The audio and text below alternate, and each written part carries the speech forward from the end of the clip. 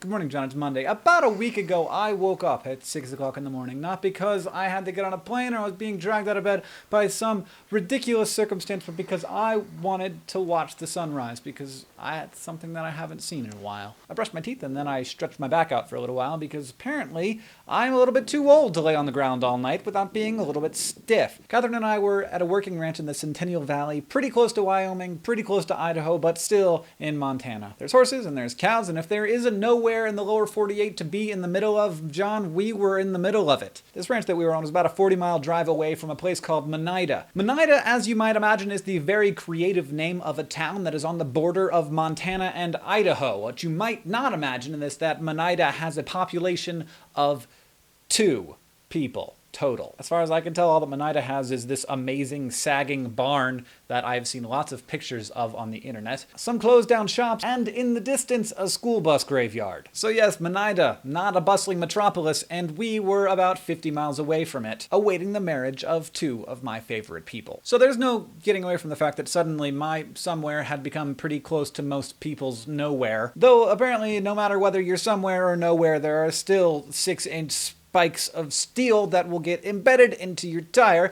and you will be extremely grateful to have a very good spare tire because you are in the middle of nowhere, and the alternative to changing your tire is sitting there thirsty and hungry, hoping beyond hope that someone drives by, which they might do once every 24 hours or so. And everywhere we looked, there was more proof that we were nowhere. These giant tanks for gasoline and diesel, for example, because, you're not going to drive your truck a 200-mile round trip to get gasoline. And yeah, the outhouses were still in use because that is just how they do things out here in nowhere. Right after I filmed that footage of those outhouses, I was bounding back to my group of friends and stepped in a whistle pig hole. Whistle pig, look it up. And I came crashing to the ground, writhing in agony, trying not to vomit from the pain. And Catherine runs up to me, of course, thinking, oh my God, the nearest hospital is 500 miles away. It wasn't actually 500 miles away. I looked it up. It's 179 miles away. I had a sprained ankle, not even a very badly sprained ankle. But nonetheless, driving home the idea that this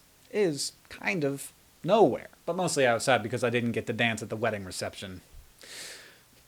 We've laid down grids and drawn all kinds of imaginary lines and even put satellites up in space to prove that every place is a place. As if without that knowledge the cows wouldn't be screaming in the fields for their recently weaned calves that they no longer can see, making a noise that proves to you over and over again that cows can say a heck of a lot more than moo. As if trumpeter swans and sandhill cranes aren't resting here where they can get a little bit of respite from the insanity of human creation. Just because what we see out our windows becomes what we think of as the world doesn't mean that there isn't a whole globe out there just doing its thing, being itself, making life possible. 179 miles from the nearest hospital, at least subconsciously, feels like not part of my world. And when I think about that sunrise that I woke up to that morning, I just feel like I got as close to nowhere as I could get and found out that it was more of a place than anywhere I've been in a long time.